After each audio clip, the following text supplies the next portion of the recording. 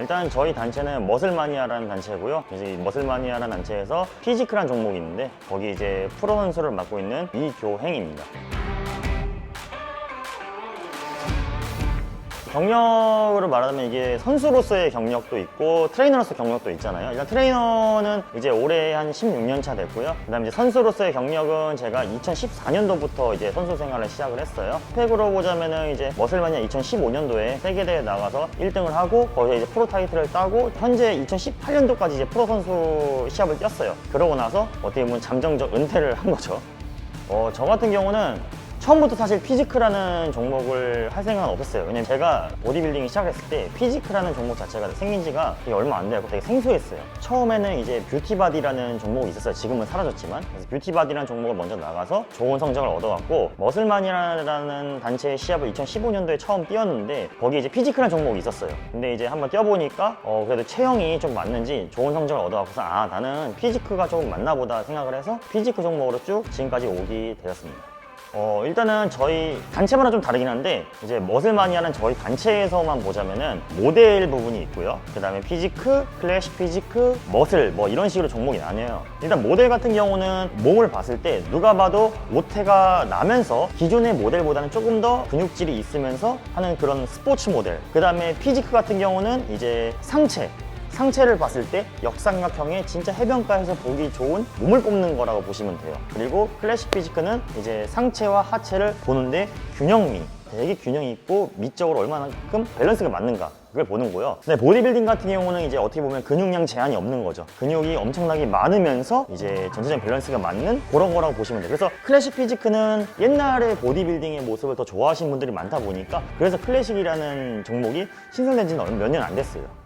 충분히 가능하죠. 이제 저도 혼자 운동을 시작했을 때는 한 9년을 혼자 운동을 한 것 같아요. 혼자서 홈 트레이닝도 해보고 운동도 해보고. 왜냐면 저 같은 경우는 지금처럼 SNS가 발달된 시대가 아니었고 그때 당시에는 잡지가 되게 유행을 했어요. 머슬 잡지. 물론 제가 이제 있는 머슬마니아의 맥스큐라는 잡지도 이렇게 많지만 옛날에는 이제 그 머슬 앤 피트니스 같은 이런 오래된 미국 잡지들이 있어요. 그래서 그런 걸 보고 나서 되게 이렇게 하는 건가? 이렇게 하는 건가? 하면서 운동 혼자서 공부를 했죠. 혼자 몸을 만드는 것도 충분히 잘 만들 수 있어요. 근데 시간이 되게 오래 걸리겠죠. 내 몸에 맞는 운동 방법이 뭔지, 내 몸에 맞는 식단이 뭔지 그걸 찾아가는 게 혼자서는 되게 오래 걸렸어요. 그 차이가 조금 있죠. 근데 아무래도 이제 PT를 받거나 또는 어떤 사람한테 도움을 받거나 하면은 그 사람의 경험이 있으니까 그걸 하고서 내가 투자할 시간이 훨씬 더 단축이 되겠죠. 그리고 플러스로 부상 방지도 많이 될 거고요. 사실 이거는 조금 애매한 게 일단은 보기 좋은 몸이라는 거는 사람마다 기준이 달라요. 일단 거기서도 이제 차이가 많이 나고 저도 이제 그 바디 프로필이라는 게 제가 기억하고 한 2015년도 4년도부터 유행을 했어요. 제가 이제 아마 개인으로는 전국에서 바디 프로필을 일반인 분들을 제일 많이 배출했을 것 같아요. 200명 이상의 자료를 제가 갖고 있으니까. 그래서 그거를 임상으로 생각을 해봤을 때 개인 편차가 엄청나게 커요. 사실 타고나신 분들은 거짓말이 아니라 운동 한 번도 안 했는데 2달 만에 몸을 만들어서 프로필을 찍으신 분도 있어요. 근데 반면에 운동을 되게 오래 했어. 오래 하고도 프로필을 찍었을 때 그 2달 하신 분보다 몸이 안 나오신 분도 있어요. 근데 거기는 제가 봤을 때 여러 가지 유전적인 요인이 굉장히 크게 작용을 하겠죠. 근데 굳이 이거를 바디 프로필을 봤을 때 이제 남자 여자 같은 경우는 그래도 일자복근, 남자 같은 경우는 이제 그래도 식스팩을 갖춘 상태에서 이제 프로필 찍는다고 해봤을 때는 평균적으로는 한 체지방량이 다르긴 하겠지만 체지방이 너무 높은 거 한 25% 이상만 아니라면은 한 3개월에서 5개월 사이 정도 나왔던 것 같아요. 이거는 당연히 2015년도에 미국 라스베가스에 세계대회 나갔을 때 1등 했을 때 그때가 제일 기억에 남는 순간이고 지금도 그때를 많이 회상을 하죠. 활동하면서 힘든 순간은 모든 선수들이 다 마찬가지일 거라고 생각을 해요. 금전적으로 여유가 안 되면 힘듭니다. 제가 봤을 때 이 종목 매력이라고 본다면은 선수로서 본다면은 자기 몸을 가꾸는 거니까 거기에 대한 성취감이 굉장히 크겠죠. 아무래도 이제 다른 운동도 다 그렇다는 건 아니지만 이 운동은 어떻게 보면 혼자서 마음대로 할 수 있는 운동이기 때문에 여러 가지를 내가 재미를 볼 수가 있거든요. 근데 이제 트레이너라는 직업으로 봤을 때 매력은 반대죠. 제가 누군가의 몸을 만들어졌을 때 그 성취감과 뿌듯함이 있겠죠. 근데 저희도 전문직이잖아요. 전문직이 마찬가지지만 자기 분야에 대해서 무언가를 얻어가는 거, 뭔가 눈에 보여지는 거라든지 아니면은 뭐 여러 가지 피드백이라든지 이런 거 받았을 때 그런 것들은 다 비슷하지 않을까 싶어요.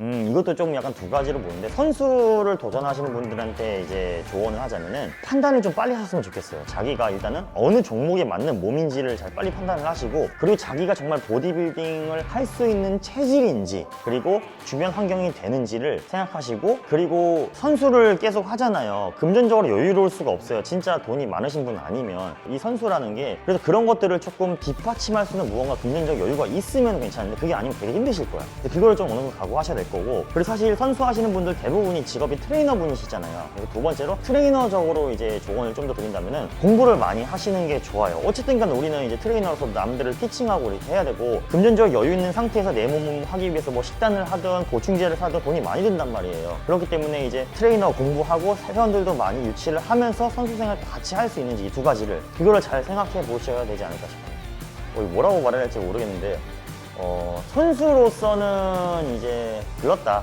라고 생각이 되고, 선수로서는 제가 봤을 때 이제 저도 이제 나이도 있고 하다 보니까 이제 요즘에는 몸 좋은 선수가 워낙 많다 보니까, 그래서 선수로서는 조금 이제 힘든 것 같고, 트레이너로서는 아직 조금 더 공부를 많이 해야 될 것 같다는 느낌? 요즘도 뭐 공부를 안 하는 건 아니고 하루에 한 두세 시간씩 계속 공부를 하고 있는데, 사람 몸이라는 게 되게 어려워요. 뭐 해부학적으로 봤을 때도 그렇고, 뭐 이제 영양학적으로 봤을 때도 그렇고, 회원분들 티칭을 할 때, 그러다 보니까 공부를 하면 할수록 더 어려워지고 약간 미궁으로 들어가는 느낌이어서, 앞으로도 공부는 계속 내가 이 직업을 하는 한 계속 해야겠다라는 생각이 좀 많이 들더라고요. 그리고 이제 센터를 운영하는 입장에서도 여러 가지 뭐 마케팅 부분 이런 것 공부를 많이 해야 되다 보니까, 선수로서는 약간 은퇴하는 게 맞지만 사업가로서, 트레이너로서는 아직도 조금 시작 단계인 듯한 느낌이 좀 있네요.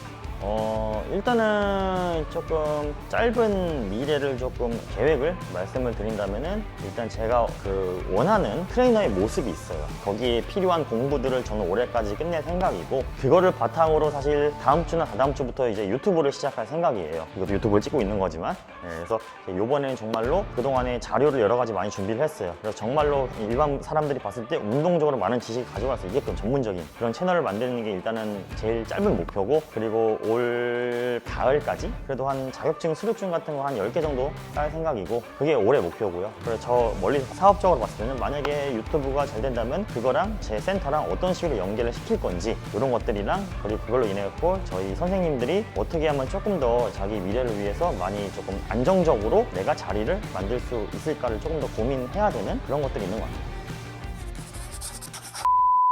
일단은 제가 저희 여기 2호점인데, 1호점도 그때 당시에는 그래도 조금 센세이션한 호텔이었거든요. 그때 당시에는 이제 오픈했을 때 대부분 PT샵 헬스장이 좀 어두운 분위기예요. 전 그게 너무 싫어갖고서 완전 화이트랑 이제 보라 색깔을 섞은 센터를 1호점을 했어요. 근데 생각보다 반응이 좋더라고요. 근데 이제 좀 시간이 지나고 오픈하고 나서 이제 이걸 오픈할 당시에 작년이거든요. 작년에 그래도 조금 유행이 됐던 게 핑크민트가 좀 트렌드였어요. 그것도 있기는 한데, 근데 중요한 게 뭐냐면 사실 기구거든요. 보시면 알겠지만 기구 색깔이 핑크색이 전국에 저희밖에 없어요. 그래서 이제 이 뉴텍이라는 우리나라에서 제일 좋은 기구 회사 대표님한테 부탁을 드려서 민트색이나 핑크색이나 둘 중 하나 색깔 어떤 거를 좀 할 수 있을까 여쭤봤을 때, 그래도 핑크는 맞춰줄 수 있다 라고 말씀을 하셔서 이렇게 조금 했어요. 물론 이게 마케팅적인 것도 많이 들어가 있죠. 지금 화면으로 보시면 알겠지만 색감이 되게 좋잖아요. 그래서 아무래도 이제 회원분들 운동하시고 자체적으로 뭐 SNS나 이런 거 사진 좀 올려줬으면 하는 것도 있고,